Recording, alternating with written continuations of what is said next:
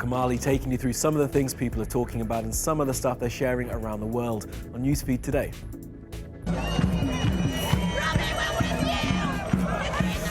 They're calling it Extinction Rebellion, and these protesters say they're trying to change the world. A Hindu hate preacher banned from campaigning in India's election. A new study says people are finding it harder to keep their concentration. And a miraculous rescue in today's Animals Doing Stuff.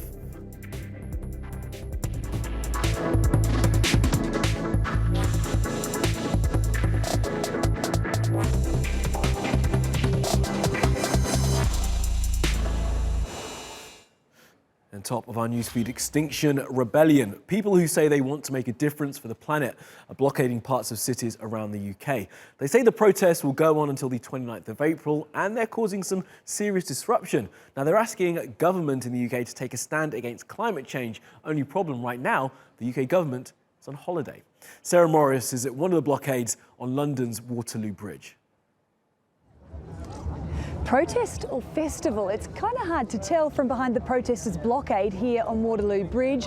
Right where I am, it's a family-friendly chill-out zone. But if I take you on a little tour and we walk towards where the protesters are blockading, over here towards my right, we have the food tent and they're serving up a red-hot bowl of porridge this morning. Plenty of donations coming in as well. If we move here to my left and you can see the Temple of Quiet and Rest. This is where the protesters are going in to catch a few Zeds after spending all night maintaining the blockade on the bridge. And all the protesters here are on the civil disobedience bandwagon, pretty much all of them prepared to get arrested. They say they won't leave the bridge until the government at least talks to them. The big aim is to reduce carbon emissions to zero by 2025. Police have so far arrested hundreds of them. But it is kind of like these protesters want to get arrested. They're almost putting their hands up. It's part of their tactics. They say really it helps build publicity. I'm prepared to be arrested because this is the most important cause of our time. My husband and I chose to bring children into this world, and I'm feeling myself all welling up now, with the idea that we'd give them a really good future. Sorry. I'm starting to believe that that's not possible, so I feel that for their sake and for the sake of all the children in the world, we need to do everything we can possibly do, and if putting yourself up for arrest is the one way to make a difference, then that's what we're going to do. And Extinction Rebellion's also using social media, not just to call for reinforcements or to share videos, but also to encourage supporters to go and welcome the arrested protesters when they're pulled out of prison. But I guess the big question here is this going to work? So far, the governments have pretty much taken no notice of this lot. And as for the public, well, they've been tolerant, if not ambivalent. But if this goes on for much longer and the roads are blocked for another couple of days, then perhaps the public could end up with their noses right out of joint. Thank you, Sarah. And let's have a look now at some other things that caught our eye on social media. Now, an 18-year-old woman is being looked for by police in Denver, Colorado, after being accused of making threats to shoot up schools there. The suspected threat comes just days before the 20th anniversary of the Columbine shooting that killed 13 people. Now, these stills will form the basis of a new Netflix show called Mama K's Team 4. It'll be based in Lusaka in Zambia and will be the streaming service's first African-produced animated series. It's made by the South African animation studio Triggerfish, and the design comes from the Cameroonian artist Malcolm Wope.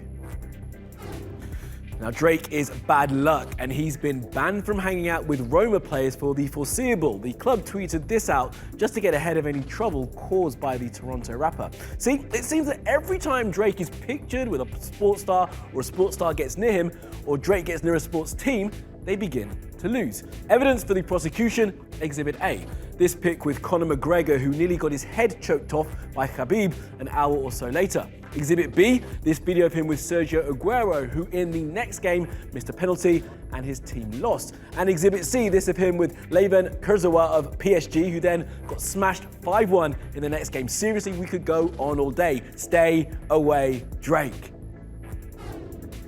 And this bafflingly bad advert is going viral in Australia. It's for the house that these two are dancing around, number 42 Chamberlain Road, Padstow, New South Wales 2211, if you're in the market for an ostentatious marble and glass-filled show home rather than an actual house. It's been listed by an estate agent called LJ Hooker Bankstown, who has said sorry. So you should be.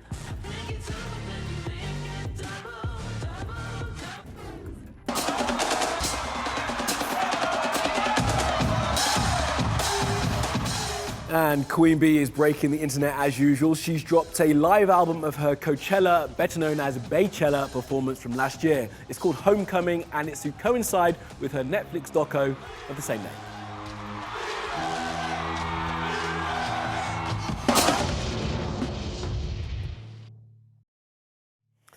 All right, next up, a Hindu nationalist who spends as much time as he can spare inciting religious hatred in India has been banned from campaigning, but only for a few days. Now, the world's biggest democracy is voting in hugely important elections right now. So will the banning of this individual help or hinder efforts to make sure the election goes off peacefully?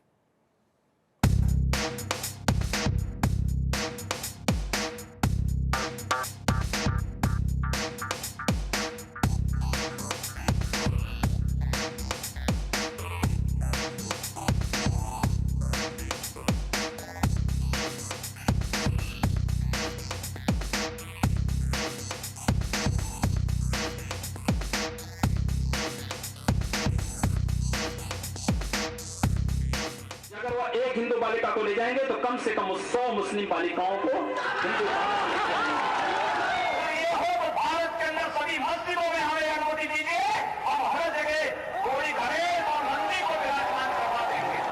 Hindu अलग संस्कृति है, मुस्लिम अलग संस्कृति है, दोनों एक साथ नहीं रह सकती, दो संस्कृतियां कभी एक साथ नहीं रह सकती हैं।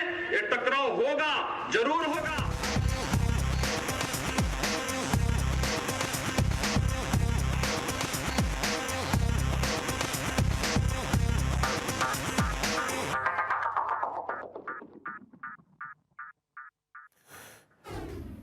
The next Cyclone Idai devastated communities in Mozambique, and now a month or so on, it's fallen from the headlines. But the situation is really no better, and relief agencies still need our help.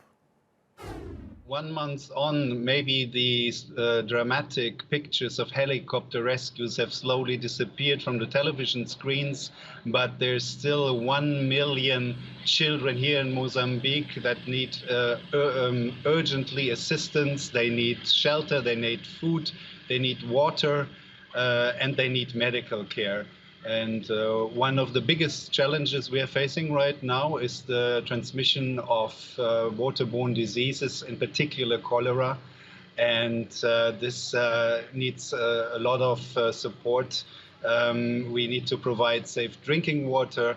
We have done a vaccination campaign, but it's a long-term engagement. And we are a bit afraid that this crisis gets a bit out of the focus of the international community. Usually in the first acute phase, there's always an overwhelming support, and we have seen a lot of solidarity and support coming in from all over the world, and even from individuals. But the thing is, this thing is not done in 4 weeks. We have a longer term engagement here for months, maybe years. We need to provide services, schools, health centers for families and children that are returning now to places that have been completely destroyed. And we urge the world community for their support and to stand by the Mozambican people at this time. The collaboration with the government of Mozambique has been and is very good. We are preparing for this kind of disaster, and actually we have been preparing with the disaster agency for it, but nobody could predict the dimension of such a cyclone. And now we are on all levels working together and under the leadership of the Mozambican government, providing support to many, many children. But we need also the funding for that. The world is full of things happening, and we have no illusion that the interest also moves on after a while. But we also know that many people feel with the people in Mozambique and have shown their solidarity in the last 4 weeks. But now we want to, instead of bringing water in trucks to the communities, we want to drill wells so that they have a sustainable solution. Instead of having children in temporary learning centers, we want to rehabilitate schools and build them back better. And that's a long-term engagement, and that requires also enormous funding. And we're counting on an ongoing long-term solidarity with the Mozambican people. Now, there is just so much information out there that researchers say collectively people are less able to concentrate on one thing for a long period of time. Here's Esra with the science bit. We'll keep this short. Something we've all suspected has now been backed up by research. The collective global attention span is shortening. Danish researchers say we now have more things to focus on, so we focus for shorter periods of time. Researchers studied the past 40 years of movie ticket sales, key phrases in books in the last 100 years, and Twitter data as well as Google and Reddit trends. Their findings reveal topics captured widespread attention lightning fast. But people get bored just as quickly. And it's only getting worse. In 2013, a global Twitter trend lasted an average of 17.5 hours. By 2016, that number was down to 11.9. Scientists say their online research is reflected in real life. The research also suggests the range of subjects we're keeping up with day to day is beginning to overwhelm our brains. The findings relate to the general public and haven't yet focused on individuals. So maybe there's hope for some of us. But have you already tuned out? Okay, let's spin around the world now for some other stories you need to know this Wednesday. A bunch of artifacts saved from the fire at Notre Dame in Paris are now being housed at the Louvre. They include Christ's reputed crown of thorns and the tunic belonging to Saint Louis, which dates from the 13th century. And the fire in Paris was also a test for the internet and the way social media spreads lies. Now, there were plenty of lies being spread, including fake video of someone saying Allahu Akbar over video of the cathedral burning, and also of a person in safety gear, which was shared describing the person as Muslim. Now, the social networks will always struggle to deal with lies and misinformation around these sorts of events, as long as there are people out there willing to propagate and believe them. And unfortunately, that is not going to change. And the fire at Notre Dame has spurred people to donate to churches in the US, which were set on fire last month. A GoFundMe was set up for the 7th District Baptist churches, and they've so far raised just under $1 million. And this guy, Holden Matthews, has been charged with hate crimes for allegedly setting fire to those black churches in Louisiana. He's the son of a local sheriff and entered a plea of not guilty. The burning of black churches is a tactic that's been used by white supremacist terrorists for generations in the US. And do you have a spare $2.5 million and want a tiny T-Rex skeleton? Yes? Well, this eBay auction is for you. You can buy your own tiny dinosaur for just under $3 million, which I guess is a bargain when you have money like that. It's 68 million years old and was discovered in Montana in 2017. But some scientists are unhappy, saying scientifically important fossils like this are clues to our collective natural heritage and deserve to be held in public trust. There have been no bids put yet, but 515 people are watching the item, and the seller, Alan Dietrich, says no refunds or exchanges will be accepted.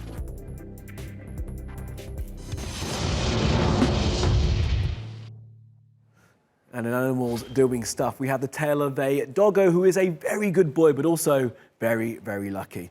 Now, this handsome fella was found 220 kilometers off the coast of Thailand. He was kind of sitting on the struts of an oil rig, as you can see from this video, which was posted on Facebook by the guys who work on the rig. Now, they managed to rescue him and called him Boonrod, which apparently means he has done good karma, and that helps him to survive. He's now with vets on the mainland and looks to be in pretty good shape. And the obvious question, how did he get 220 kilometers off the coast? Well, it's thought that he fell from a fishing trawler. All right, that's all from the NewsFeed team. Reach out to me with your questions, comments, complaints, and suggestions. You'll find me at Kamali Melbourne. You'll find us 24/7 on YouTube. Be sure to subscribe to our channel. You can follow me on Twitter and Instagram. Follow, subscribe, and add. See you again tomorrow.